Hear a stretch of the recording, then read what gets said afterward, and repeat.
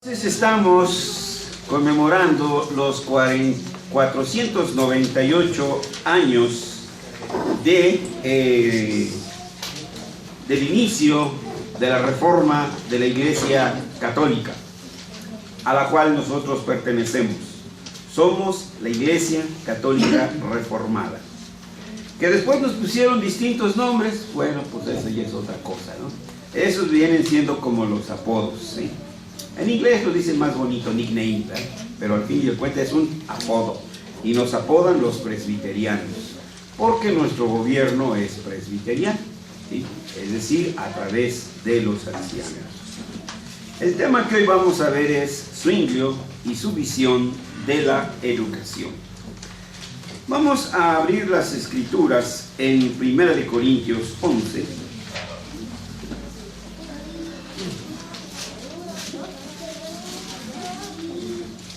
Y vamos a leer el versículo 1. Primera epístola del apóstol San Pablo a los Corintios, capítulo 11, versículo 1.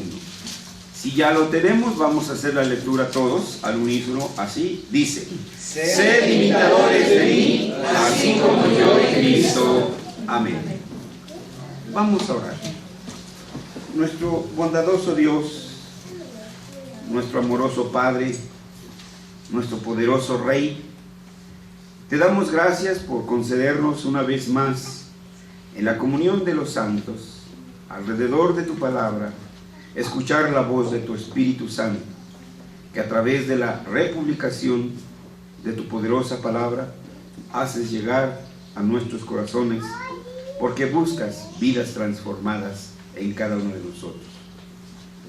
Concédenos, Señor, que nuestros corazones no se endurezcan, que nuestra cerviz no se endurezca, Señor, sino que obedientemente escuchemos tu palabra y la recibamos como venida de ti, y que anhelemos y busquemos, Señor, el poder de tu Espíritu Santo para poder cumplir tu voluntad, que no seamos remisos en oír y hacer tu palabra.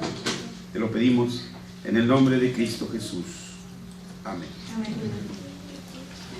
Hace 8 días mirábamos la visión educadora de Lutero y analizábamos su currículum o su currícula, muy completo, que incluía artes, ciencias, incluía el conocimiento, ¿se acuerdan?, de los idiomas, el hebreo y el griego, para que los alumnos fueran directamente a los idiomas originales de las escrituras.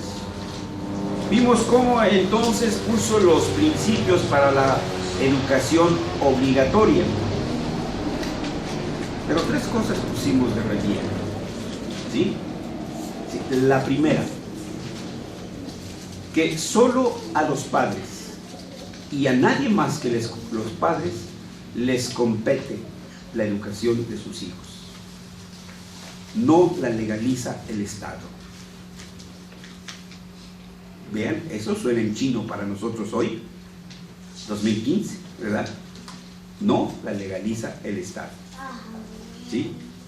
El Estado tiene la acción jurídica, y eso lo señaló Lutero, ¿sí?, de obligar al padre remiso que no le quiera dar educación a sus hijos. Esa es la participación del Estado.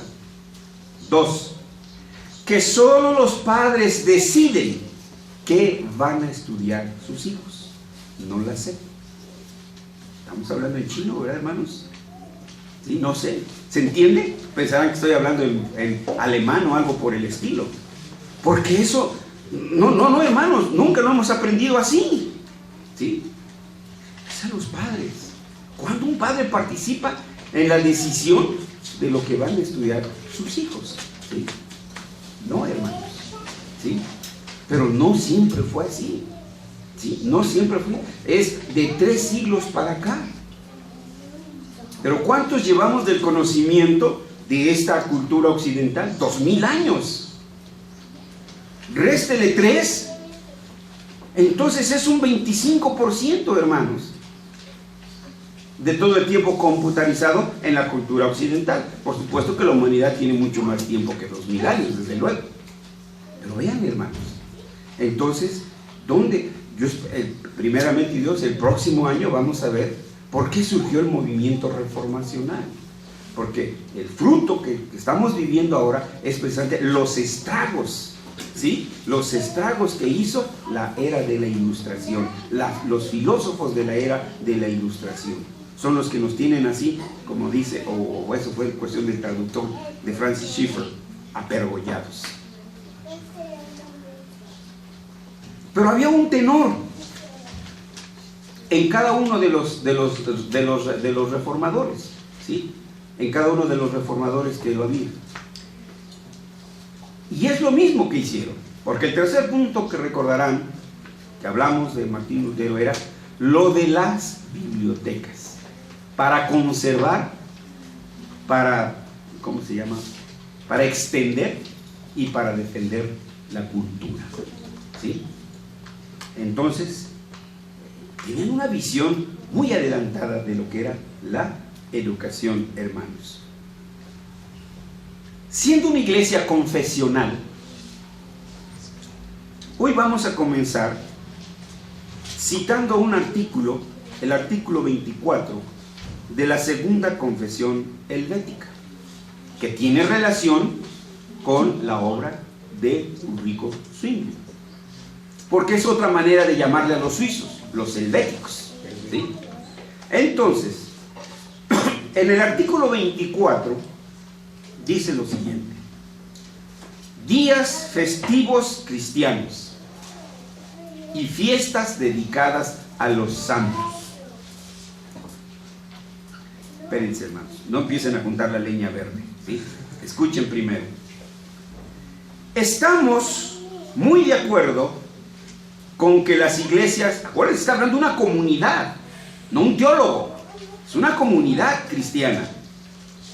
Estamos muy de acuerdo con que las iglesias, usando la libertad cristiana, celebren piadosamente la memoria del nacimiento del Señor, Navidad. Hay unos espíritus chucarreros que dicen que no debemos de celebrar la Navidad, porque la inventó el emperador Constantino. Están errados y con H, ¿sí? Algo tuvo que ver ahí, pero no precisamente de esa manera. Su circuncisión, ¿cuál es esa? ¿A qué se refiere? A la presentación del Señor, acuérdense. Su pasión y su resurrección, la Semana Santa. Su ascensión a los cielos, la ascensión de Jesucristo. Y la venida del Espíritu Santo, el Pentecostés. Estamos hablando de una fecha 1600 y tantos. ¿Pero ellos estaban diciendo algo nuevo? No, hermanos. San Agustín, por el año 300, ya estaba citando a un concilio anterior que que la iglesia debe de recordar estos días.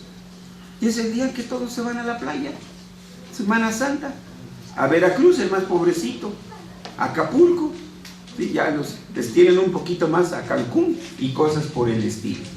Cuando son las fechas que nosotros, alguien dijo por ahí, Las Vegas, Los Cabos, Los Cabos, etcétera y etcétera. En cambio, sigue diciendo, no consentimos fiestas en honor de personas o de santos, ¿sí? Los días festivos, claro está, caben entre los mandamientos de la primera tabla de la ley y deben estar dedicados a Dios únicamente. Por otra parte, las fiestas en honor de los santos, fiestas que hemos abolido, contienen además cosas de mal gusto, inútiles y del todo insoportables. Que el día de San Jorge, que el día de San Martín de Porres, que el día de etcétera, etcétera. Eso lo abolieron. Pero, ahora escuchen cómo termina este artículo 24. pero al mismo tiempo concedemos que no es inútil. Repito, al mismo tiempo concedemos que no es inútil. Eso lo pueden ustedes después comprobar. Pueden acceder a la segunda confesión helvética, busquen en internet, etc. Y el artículo 24 lo he copiado fielmente para traérselos a ustedes. Pero al mismo tiempo concedemos que no es inútil en fechas determinadas y en lugar apropiado recordar al pueblo. ¿Sí? Recordar al pueblo. ¿A quién? A Pedro, a Alan, ¿sí? A Renza. No me pregunten quién es Renza, porque sé que una es Renza, etcétera, y otra es Renata. Nada más eso me sé, pero siempre me equivoco. Cada uno de ellos dice, entonces, y en lugar apropiado, recordar al pueblo mediante piadosos sermones, que piense en los santos. ¿A quién se refiere? A los creyentes. Que piense en los santos presentándolos como ejemplo y modelo.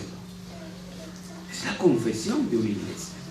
Que hay que recordar a aquellos hombres que Dios levantó para que nos abrieran los ojos, para que nos trajeran de las tinieblas a la luz.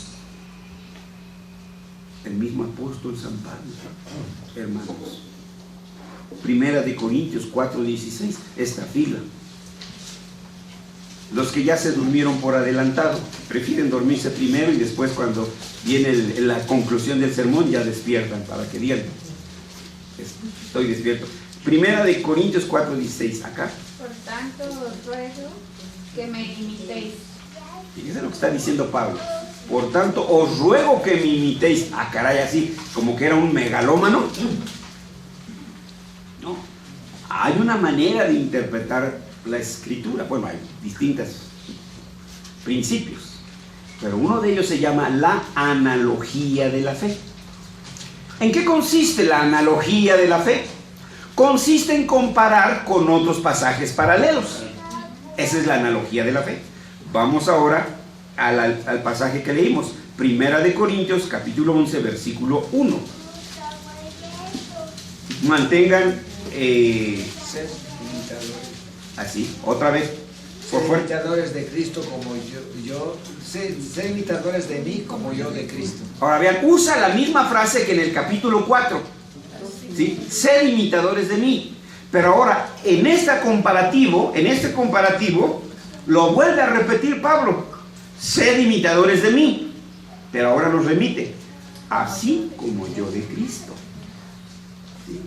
O sea, no es simplemente de imitar, ¿sí? Cómo se viste, cómo habla, cómo etcétera. No.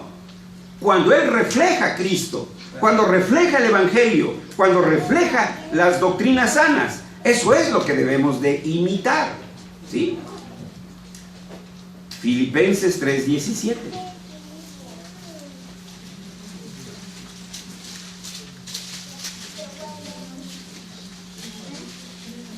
Hermanos, sed imitadores de mí y mirad a los que así se conducen según el ejemplo que tenéis en nosotros. Entonces, él no apuntaba solo sus reflectores a él. Él no era el único. Dice, sed, usa también la misma frase, sed imitadores de mí. La misma que usó en 1 Corintios 4:1, 1 Corintios 11:1. Ahora dice, sed imitadores de mí y mirad a los que así se conducen. Es decir, de los otros, que también son ejemplo y reto de fe. ¿Cuántos hijos? Cuando ya se murió su mamá, cuando ya se murió su papá, cuando ya se murió su abuela. Ay, mi abuelita leía su Biblia. Yo me acuerdo cómo la leía.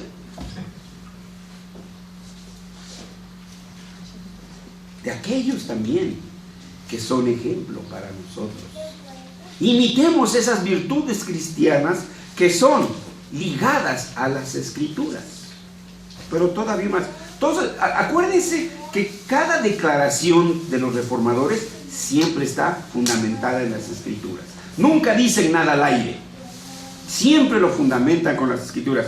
Un versículo más, porque hay todavía otros. Hebreos 13:7.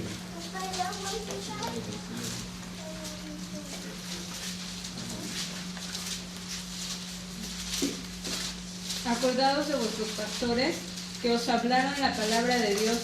Considerad cuál haya sido el resultado de su conducta e imitad su fe. Ahora vean, no solo el que predica,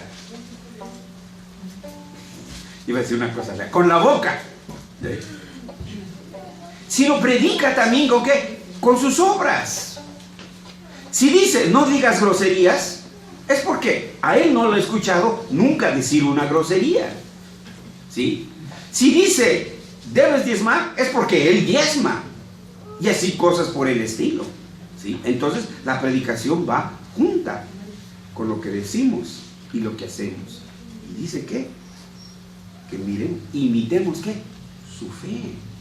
Esa es la razón por la que traemos estos hombres aquí. Pero traemos la maravillosa gracia de Dios, que mira a su iglesia sumida en la ignorancia y en la superstición, y levanta hombres para que traigan a su pueblo, como su pueblo de Israel estaba cautivo en Gosén, en Egipto. Levanta un Moisés para sacar a su pueblo. Así el Señor, cuando su iglesia se va sumiendo en las tinieblas de la ignorancia, en el abismo de la amnesia y de la superstición, levanta hombres para que lleven esa luz a su pueblo, porque ama a su pueblo.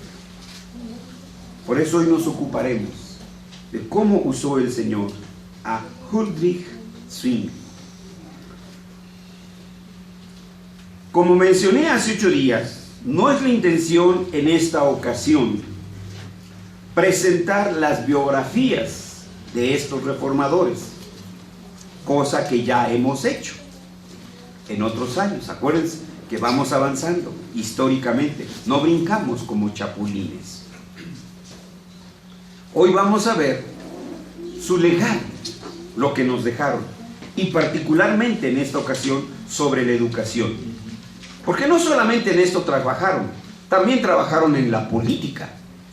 Cuando los reformadores se levantaron, surgieron partidos políticos cristianos. Serán temas de otra ocasión. Solo unas cuantas notas para ponernos en tono. Zwingli, procedente de una familia de labradores acomodados, estudió en las universidades de Basilea y Viena.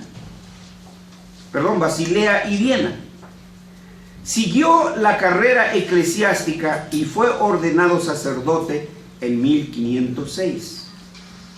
Uy, qué lejos. Sí, pero los hombres y las mujeres de aquel tiempo también tenían huesos, músculos y gorditos. El hombre ha sido el mismo siempre. No ha cambiado. Por sus lecturas y contactos personales, recibió la influencia del humanismo renacentista, y en un principio su héroe era Erasmo de Rotterdam, entre otros. Después de su ordenación fue asignado a la catedral de Zúrich, o Zurich como le diríamos nosotros, en 1518. Ahí, en ese lugar, pasó gradualmente a defender la purificación de la piedad católica al criticar al Papa y a la Iglesia romana, con la cual rompió en 1523. Aunque conocía los escritos de Lutero, Zwingli no inició su propia vía, Zwingli inició su propia vía reformista de manera independiente y se distanció del reformador alemán, adoptando posiciones más radicales. En 1539, los zwinglianos se unificaron con los calvinistas en la primera confesión helvética. ¿Cuál fue el legado reformado de Ulrico Zwingli? Primero, con las escrituras en la mano, Zwingli no solo procuró una reforma eclesiástica, sino también una reforma en el orden social. Y sobre todo, impulsó la reforma en el área de la educación. Las reformas dentro de la iglesia, al mismo tiempo que Lutero, o mejor dicho, en la misma temática que Lutero, la primera preocupación de los reformadores fue traducir la Biblia de sus idiomas originales, el hebreo y el griego, a la lengua suiza, a la lengua del pueblo. ¿Se pueden imaginar ahora la ternura? Bueno, ese tipo de ternuras nuestros jóvenes ya no las conocen. Necesitan volver a ser románticos, muchachos. ¿Sí? Imagínense. ¿Sí? A Ulrico Zwingli, al lado de la cama de su esposa, Anna Reinhardt, leyéndole la Biblia. ¡Ay, pues qué burra, que no sabía leer! No, sí sabía leer. Lo que pasa es que la Biblia solo estaba en hebreo y en griego. El pueblo normal no podía leerlo en su idioma. Y entonces Zwingli le leía directo de esos idiomas a su esposa la Biblia. Entonces, ¿cuál fue el primer trabajo de Zwingli?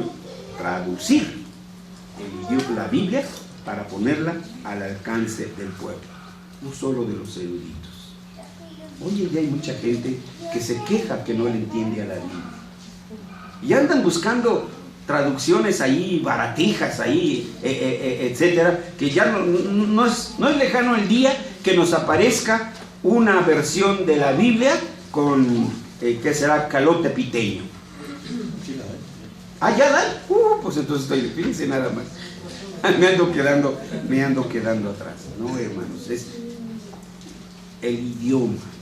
Nuestro problema es que ya no conocemos nuestro idioma. Lo estamos sustituyendo. Se le llama la Biblia valedora, así le llama. La Biblia. ¿Qué nombrecito? Sí, así le llama. Miren nada más, hermanos. Vean. Se ocupa por los malas salvatruchas. Estos solamente están buscando ¿qué? El dinero, ¿sí? ¿Ya? Venderlo. ¿Ven? Es el idioma que debemos de hablar, hermanos, ¿sí? Hoy decimos ¿qué? El sartén. No es el sartén, es la sartén. Los trastes. No son los trastes, son los trastos. Ese es su problema, hermanos. Ese es nuestro problema. No sabemos leer. En lugar de decir perinola, decimos pirinola. En lugar de decir biberón, decimos mamila. Y lo decimos en un contexto muy feo. Porque ni siquiera decimos, no seas biberón. No, hermanos. Entonces, ven, nosotros somos los que distorsionamos el lenguaje. Y de eso también Dios nos va a pedir cuentas. Porque Pablo así lo dice. No ignoréis ni esto, ni los otros, ni los maldicientes. Es decir, los que pronuncian mal las palabras. ¿Cuál fue la siguiente obra, trabajo de Zwingli en favor de su iglesia? Las 67 conclusiones. También se les conoce como 67 tesis. Estas conclusiones fueron presentadas ante el ayuntamiento de Zúrich para debatir el temperamento a seguir, en especial por las diferencias conceptuales de práctica que existían entre Zwingli y Juan Faber, un contemporáneo de ahí. La postura de Zwingli se impuso y las 67 conclusiones o tesis fueron aceptadas, de manera que éste fue autorizado a proclamarlas de manera oficial. Sus temas son semejantes a las 95 tesis de Martín Lutero. Entre otras cosas, en estas 67 conclusiones, Zwinglio señala que la única cabeza de la iglesia es Cristo. No hay otro. ¿Sí? Que la única fuente de la fe está en la Biblia. Y que el verdadero intérprete de la Biblia es el Espíritu Santo. Rechaza la misa, la veneración y la intercesión de los santos, el celibato y la vida monástica, creyendo que con alejarse vienen a ser más santos. Afirma que el sacerdote solo puede aconsejar, pero únicamente Dios es capaz de perdonar los pecados. Por parte de la himnología, acuérdense que eso también Lutero lo hizo: la Biblia, la instrucción doctrinal, los catecismos y los himnos. A Zwinglio se le acompaña la triste fama de haber sido enemigo de los cánticos y de la música.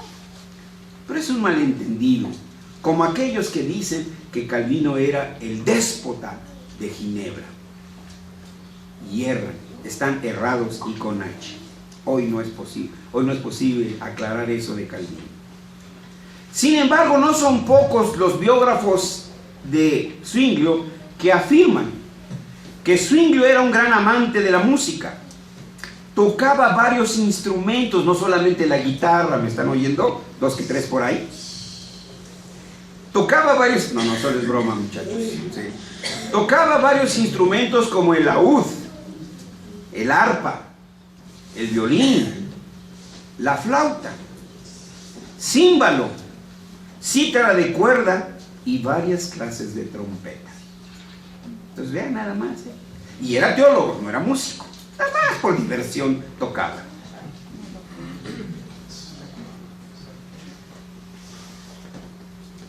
En su casa se cantaba mucho. Y dentro de sus propuestas para la educación, ¿sí?, influyó para que el cántico fuera parte del currículo escolar.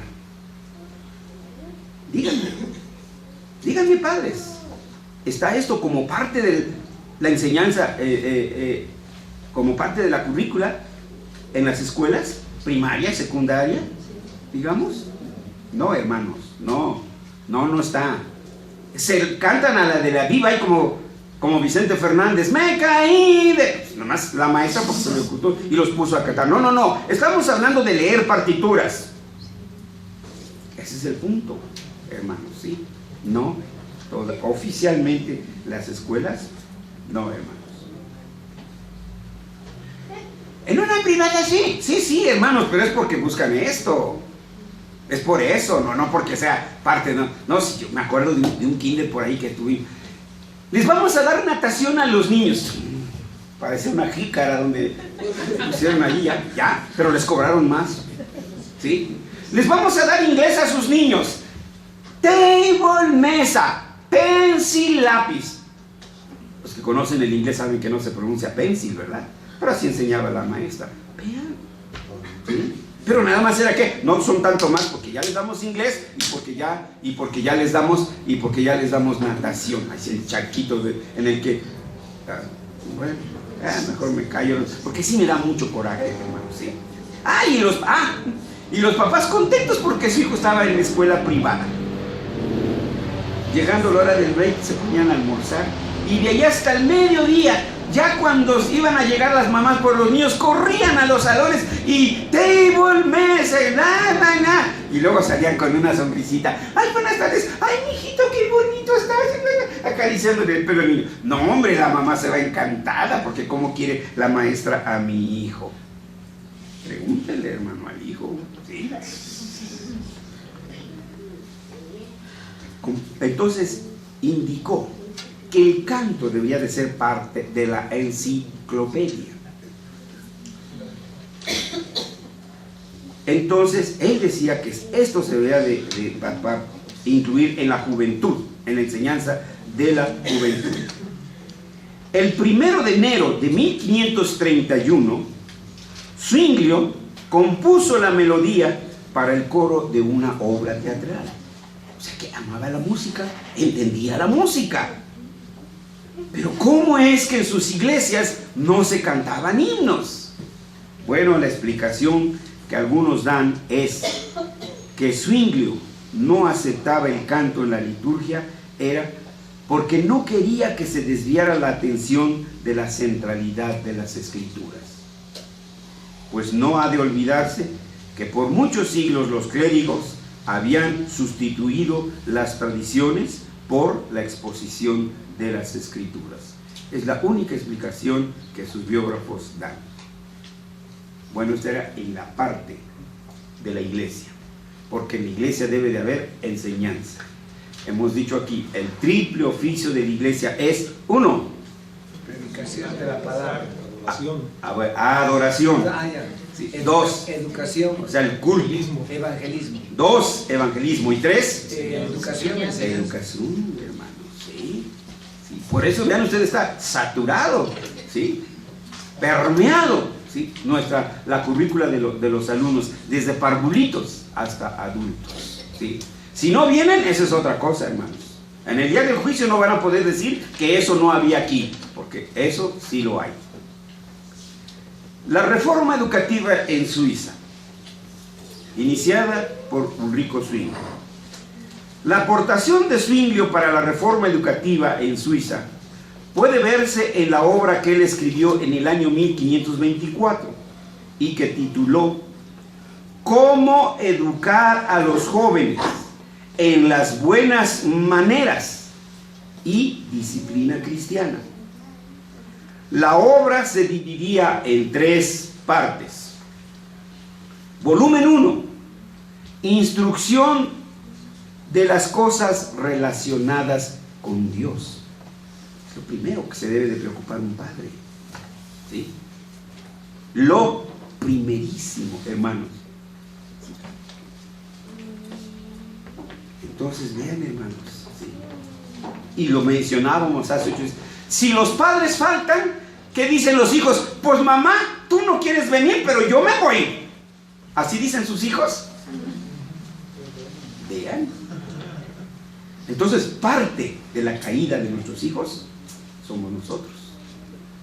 Esto es muy importante, ¿sí? Y es lo que debemos de empezarles a enseñar, de que ellos son responsables. Papi y mami los trajeron cuando eran parvulitos y los vestían, les ponían la camisa que no les gustaba, ¿se acuerdan? El pantaloncito chiquito que no les gustaba, pero pues ellas los vestían, pues ni modos, ya, así tenían que venir como marineritos con su gorrita y toda la cosa y su moñito, pues, hasta que ya ustedes pudieron decidir cómo vestirse. Papi y mami los trajeron a bautizarse. Sí, esa era su tarea. Pero ahora ustedes son responsables. Si sus papás se queda a ver, bueno, esta vez una de tantas, no sé qué hicieron, creo que ganaron, ¿verdad? Parece, ¿no? Pero normalmente pierden.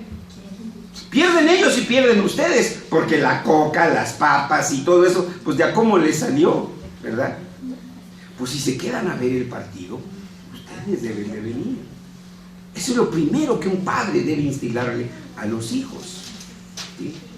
Segundo, la instrucción relacionada con uno mismo. Que el joven sepa que es siervo, custodio y mayordomo. No, pero espérenme. Es que esto tengo que aclararlo, o mejor dicho, repetirlo, porque hace 8 días lo mencioné. Esto es tarea de los padres. Hoy hemos dejado esto en manos de la psicóloga, ¿sí? Hoy hemos dejado esto en manos del pedagogo. No estoy minimizando sus oficios, hermanos. Tienen su función principal. Hoy hemos dejado esto en manos de la escuela. Ahora las niñas tienen en la escuela secundaria taller de cómo freír un huevo sin que se les queme la cuchara. Bueno, no es el huevo, ¿verdad? Porque son cosas que debe enseñar la mamá. ¿sí? Ponen a la niña a cocer agua y se les quema el agua. ¿Ven? Entonces, ¿cuánta responsabilidad tenemos como padres? De veras, hay unos niños, no los de aquí, por lo menos no les sé eso, inútiles de plano. No saben hacer nada sin mamá, no saben hacer nada sin papá, no saben hacer nada sin el hermano mayor. Así, porque es el que se lleva la carga. ¡Ve a tu hermanito! ¡Mira a tu hermanito! ¡Mira a tu hermanito! ¡Mira! ¡Ay, ya está hasta acá! ¿Verdad? El hermano mayor. Sí, hermano, yo decía, pues ¿qué yo traje este chamaco al mundo? Porque a mí me ponían a cargar el más chico. ¿Sí? ¿Y yo qué culpa tengo que esté este chamaco aquí? Bueno, todavía no sabía bien lo que significaba tener un hermano. Hay mucho que enseñar a los jóvenes, hermanos. El tercer volumen. Instrucción en las cosas que conciernen a nuestro prójimo. Hoy somos individuos. El llanero solititito, hermanos. Hemos visto, mire, en la mesa, el papá revisando sus correos, la mamá enviando el mensaje. No hay comunicación. Aquí está el esposo, aquí está la esposa y cada uno con su teléfono. No hay comunicación. Ven, hermanos, tenemos abuela. ¿Ok? ¿Ustedes ya no tienen abuela? Yo tampoco. Busca esos momentos de estar con la abuelita. Ay, no, es que hay sus temas. No, hermanos, somos una familia.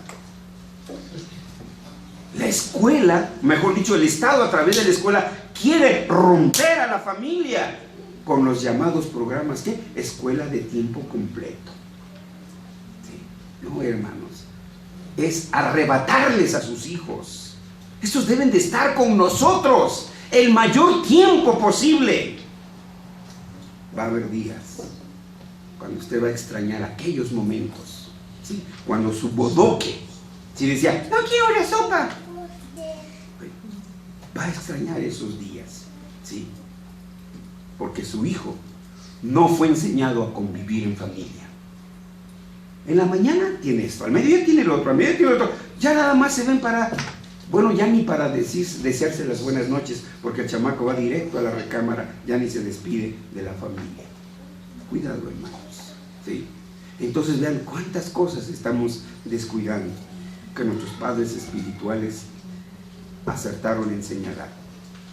En su concepto de educación, Zwinglio sostenía que primero que cualquier otra cosa, el deber de los padres era el de instilar en los jóvenes la fe cristiana, basada en las enseñanzas de la palabra de Dios. Pero al mismo tiempo, orando al autor de la fe, a Cristo, para que los jóvenes sean iluminados por Dios en el verdadero conocimiento de la fe. Nosotros tenemos que orar todos los días por nuestros hijos. No se crea que sus hijos es el hijo bueno de... No. Miren, les voy a poner un ejemplo que yo uso con los estudiantes. En el día del examen, todos sus libros allá. Y les pido que vengan en short para que no vayan a escribir. No es cierto, tampoco de este tamaño. Lo más que se puede. Y sí, no falta por ahí uno que otro estudiante que me salte, que me dé el brinco ahí y digo, oiga, pues que usted tiene confianza, si somos cristianos. No. Si yo no desconfío de ustedes. ¿Sí? No, pues si ustedes todos son cuasi perfectos, ¿no? No.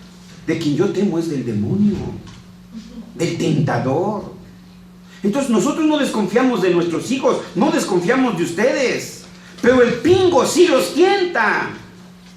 Y por eso deben de ser parte de nuestras oraciones. Bueno, a veces es una pinga, ¿verdad?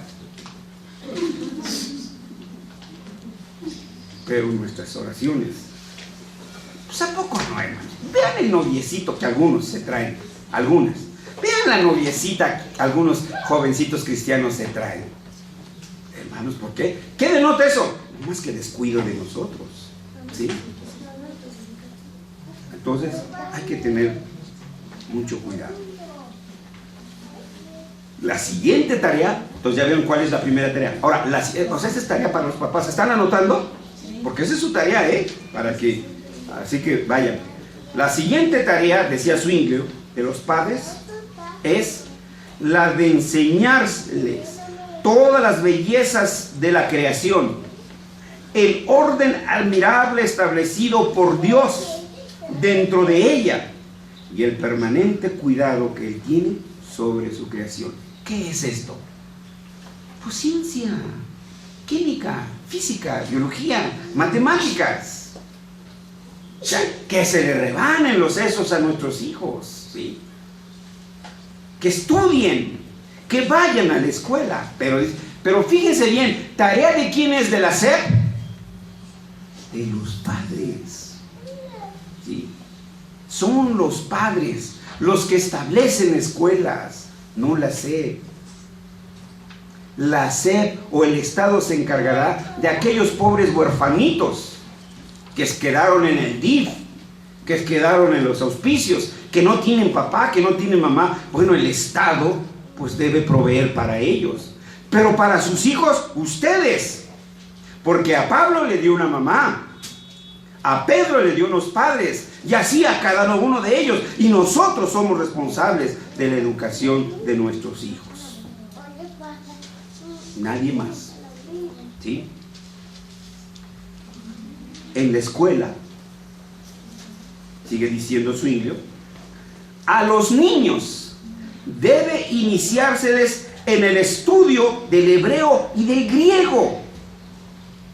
Hace 8 días decíamos, no son materias extracurriculares, no son optativas, eran parte de la enseñanza integral de nuestros niños. Bueno, ni los pastores saben griego y hebreo, bueno, muchos, algunos sí. No es para que vean cómo estamos cambiando el estado de las cosas. El latín también debe ser estudiado como de utilidad general. Explicábamos hace 8 días. ¿Por qué el latín? Pues era el inglés de hoy, ¿sí? Era el inglés de hoy.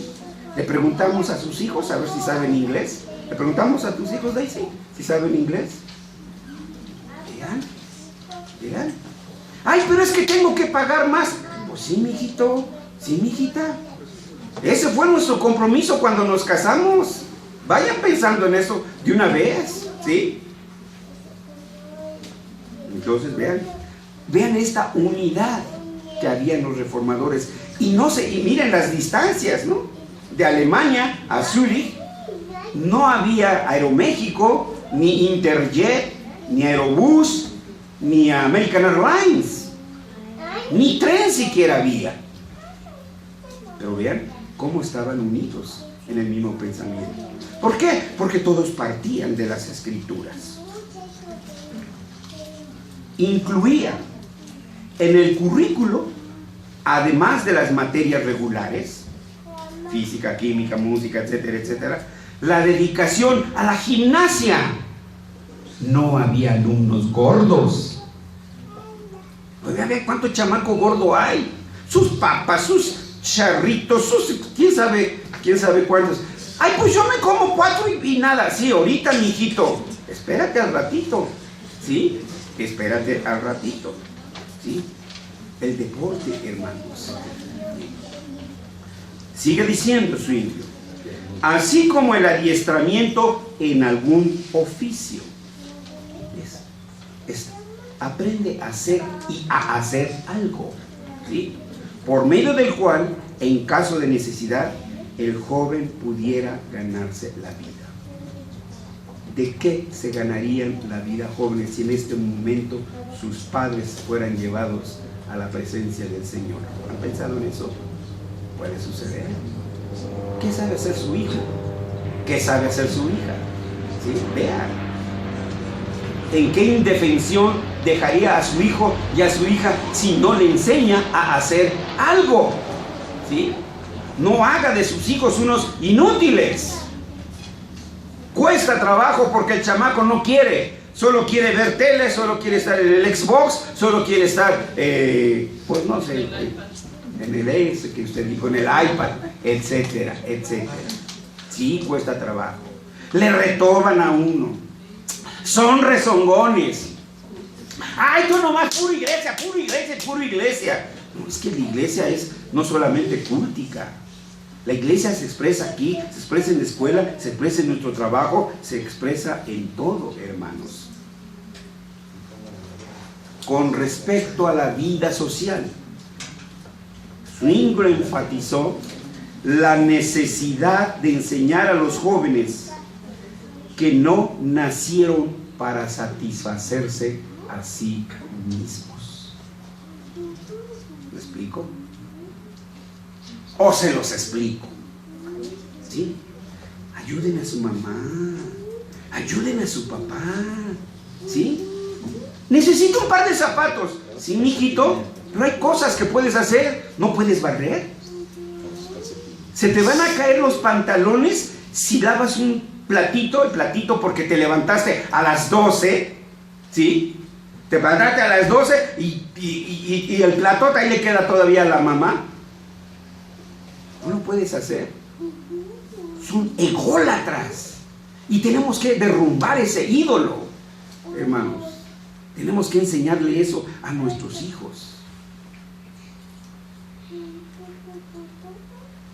Tienen que entender nuestros hijos que nacimos para servir a nuestro prójimo.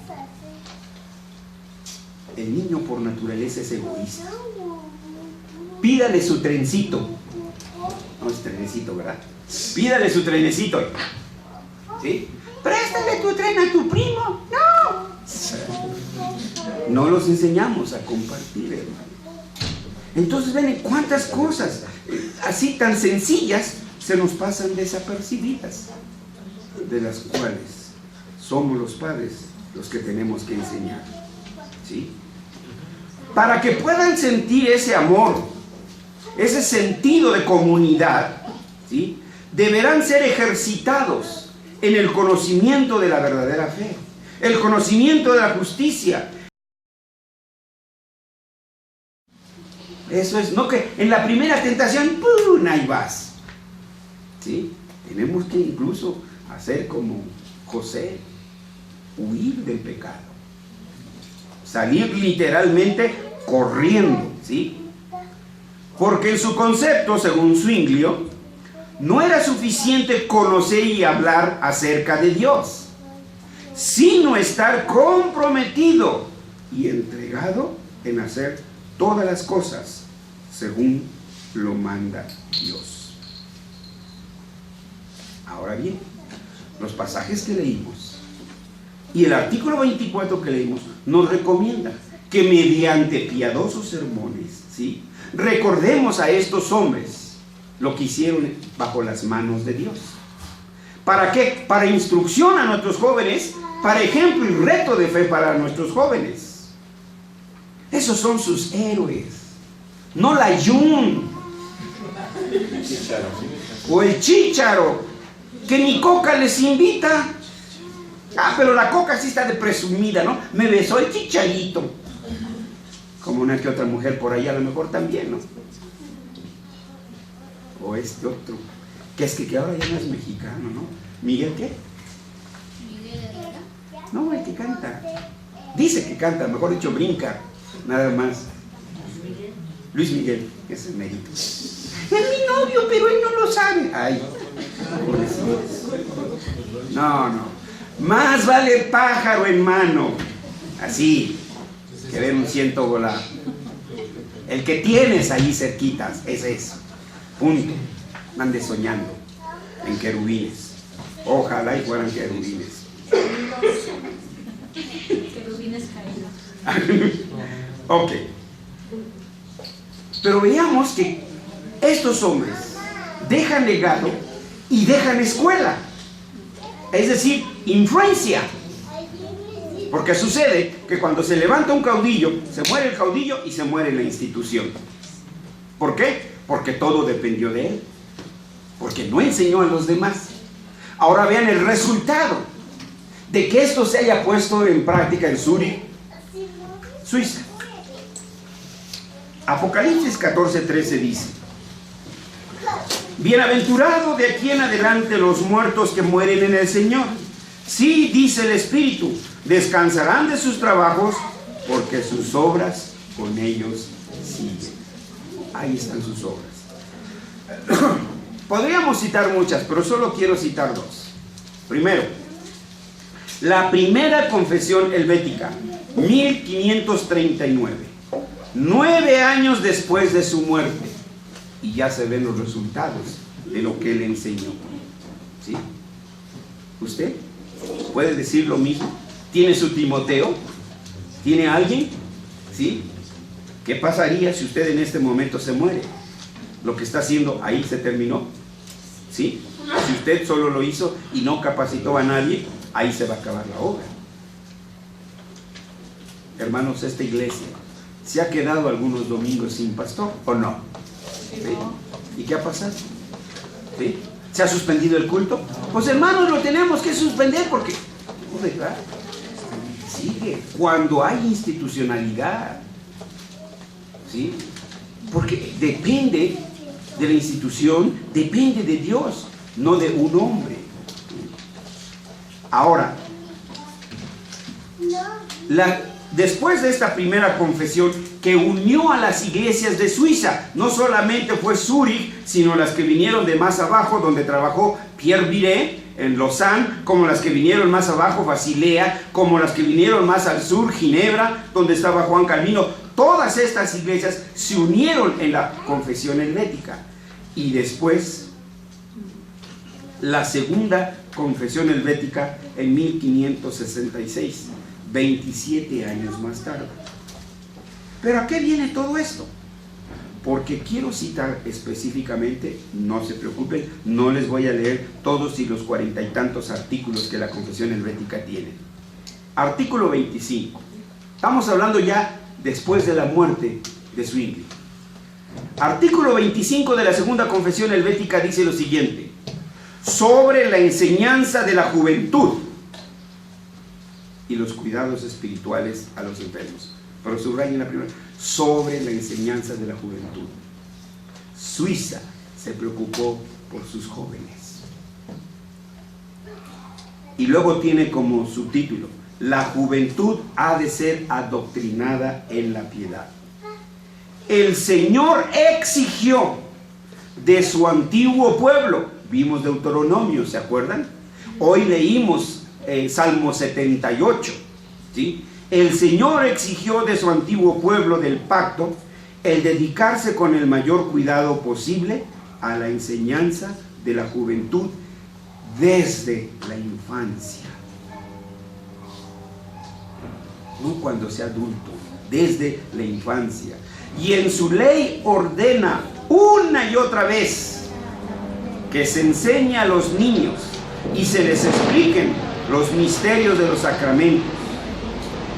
Pero de los escritos evangélicos y apostólicos se desprende, sin ningún género de dudas, que Dios igualmente ha pensado en la juventud de su nuevo pueblo del pacto, pues públicamente el Maestro da testimonio: dejad a los niños venir a mí, porque de ellos es el reino de los cielos. Culpables son si sus hijos no están aquí, porque ellos no van a venir. ¿Sí? Su tarea es ahorita traerlos. Esa es su tarea. No puedo, mira que vamos, no, porque tengo que llevar a mis hijos a la iglesia. Se van a reír de ustedes, por supuesto. ¿Sí? Como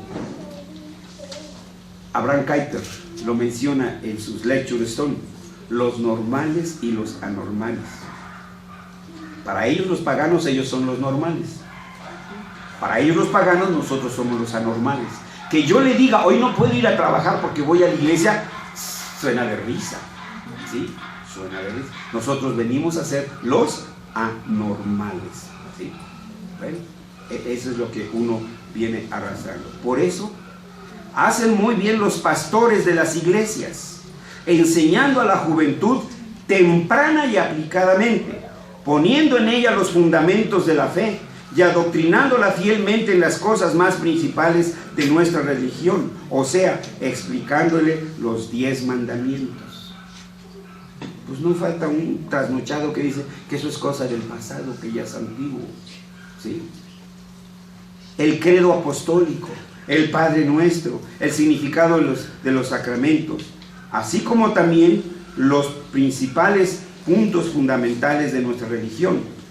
Pero la misma Iglesia ha de demostrar su fidelidad y atención, cuidando de que los niños sean enseñados, y ha de desearlo y alegrarse de una buena enseñanza.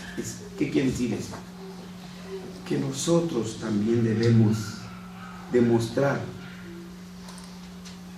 que esos niños son nuestros niños, que son nuestros hijos, son hijos de la Iglesia. ¿Sí? Que Iker sea saludado por otra hermana que no sea su mamá. Y así cada uno de nuestros niños y cada uno de nuestros jóvenes son hijos de la comunidad, son hijos nuestros, y todos debemos de estar preocupados, más o menos en la relación familiar, excepto por sus casos, ahora sí que excepto por los casos raros, pero digamos entre, ¿qué serán? Las hermanas que vienen a ser tías y los primos, ¿sí? Si su sobrino se cae en el charco de lodo, ay, no, ese no es mi hijo. ¿Eso hace una tía? Algunas sí, ¿verdad? Pero las que están aquí no. Ninguna, ¿verdad? No es su hijo. No lo cargó en sus entrañas. No lo abrazó. ¿Sí? En sus primeros momentos, cuando vino al mundo.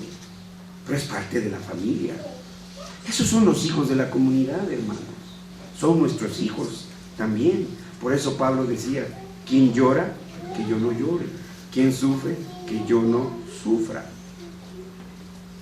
Pero quiero citar un artículo más, el artículo 29, de el celibato y del matrimonio y el hogar. Ahora habla del matrimonio. ¿Me estás oyendo, Carlos? Porque yo ya te veo así como que nos quieres mandar las invitaciones ya. No, es cierto. ¿Pero qué te crees? Eso lo decide uno en segundos, así, fracciones de segundos. Bueno, pero en este artículo que trata del matrimonio, dice esto, la educación de los hijos. O sea, esto va para los que se van a casar, ¿sí? Los que ya no hayan cómo decirle a su papá y a su mamá, fíjate que, ¿cómo le digo que ya me voy a casar? No, bueno, para que lo tengan presente. Dice así, ¿me estás oyendo, Israel? Ya quedó medio raro también, como que estás contando los días para terminar la carrera. Los padres deben educar a sus hijos en el temor del Señor. Es la primera tarea. Efesios 6, ¿recuerdan? También ha de cuidarse de ellos recordando las palabras del apóstol. Si alguno no tiene cuidado de los suyos, mayormente de los de su casa, la fe negó y es peor que un infiel. Primera de Timoteo 5:8. Ahora escuchen. Cosa de los padres es también que sus hijos se preparen para un oficio o profesión honestos, ¿sí? Y no me salgan como esa canción, ¿sí? Yo quiero ser, ¿qué? Judicial como mi papá, ¿no? Ya había una canción por ahí como de rock que decía eso.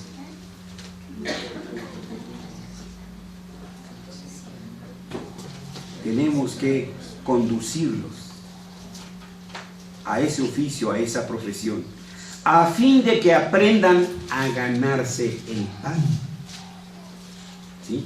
Que sepan que no es lo mismo, ¿sí? Tener el pollo allí frito en la cazuela ya, que ir y matarlo, desplumarlo, cocerlo y freírselo ellos mismos, ¿sí? Eso como que ya no lo ven los hijos, ¿verdad? ¿Sí? Todo el trabajo que pasó la mamá en ir al mercado y en ver, ay, pues no me alcanza, le tengo que recortar, iba por medio kilo, ahora tiene que comprar 450 gramos y cosas por el estilo. Tienen que aprender todo eso.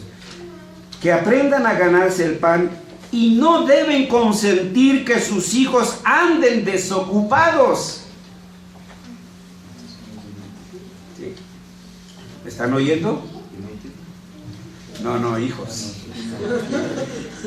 ¿Sí? ¿Están escuchando? ¿Sí? Deberán asimismo, en todos los aspectos, inculcarles una verdadera confianza en Dios, evitando así que ora por desconfianza o por ingenuidad o por fea rapacidad se aparten del buen camino y no den los frutos apetecibles. Apártese usted del camino del Señor y las consecuencias las sufrirá su hijo, porque no ve ejemplo en usted. Pablo, insisto, dijo: sed imitadores de mí, como yo de Cristo. Hebreos 13:7 dice que consideremos cuál haya sido el resultado de la conducta de nuestros pastores e imitemos su fe. ¿Cómo entonces no vamos a recordar a estos hombres, hermanos? Tenemos que hacerlo, aun cuando haya espíritus irónicos, mordaces y sarcásticos, que pretenden ser bíblicos y lo que terminan siendo son puros y meros simples biblicistas. Estos son los hombres de carne y hueso que Dios usó para que nosotros conociéramos la verdad. Conoceréis la verdad y la verdad os hará libres. Vamos a orar.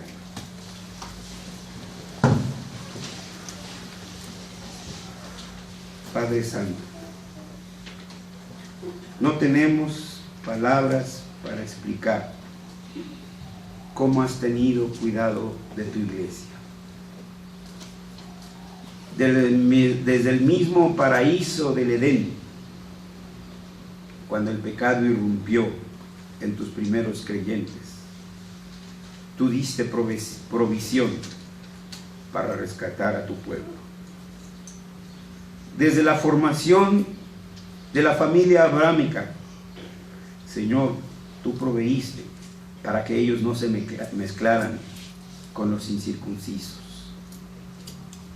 Señor, desde que fundaste tu pueblo en Israel, lo separaste de las demás naciones, porque tú nos llamaste para ser ejemplo del mundo y no para ser viles imitadores del mundo. Padre Santo, pero hoy has hablado a los corazones de nosotros como padres para recordarnos nuestra tarea, nuestro compromiso y nuestras responsabilidades. Te pedimos perdón por aquellas cosas en las que ya fuimos remisos y que por ello mismo tal vez ahora nuestros hijos están fuera del pacto. Pero te rogamos, Señor, que tú siembres en nuestros corazones ese anhelo vehemente de seguir orando por ellos hasta que tengas misericordia de ellos, por nuestros jóvenes, Señor. Te rogamos que actúes en sus corazones, que no miren a nuestros defectos, que son incontables, Señor, que no miren a nuestras fallas, que son tantas también, Señor, sino que miren el rostro del Salvador nuestro y de ellos también, de nuestro Señor Jesucristo, y que respondan a ese amor con que nuestro Señor los ha cuidado, y que, Señor, también respondan a su compromiso de su llamamiento, del oficio para el cual tú los has llamado. Señor, que como iglesia también los hijos de nuestros hermanos también sean nuestros hijos, y que también oremos por ellos y estemos preocupados por ellos. Sobre todo, Señor, la educación, de la cual hemos pecado, Señor. Estamos en pecado, Señor, porque la ignorancia no nos libra del pecado, Señor. Hemos dejado la educación de nuestros hijos en manos de hombres incircuncisos, de mujeres paganas, de hombres filisteos y cainitas. Perdónanos, Señor, por ese horrible, horrible pecado. En el nombre de Cristo Jesús. Amén. Amén.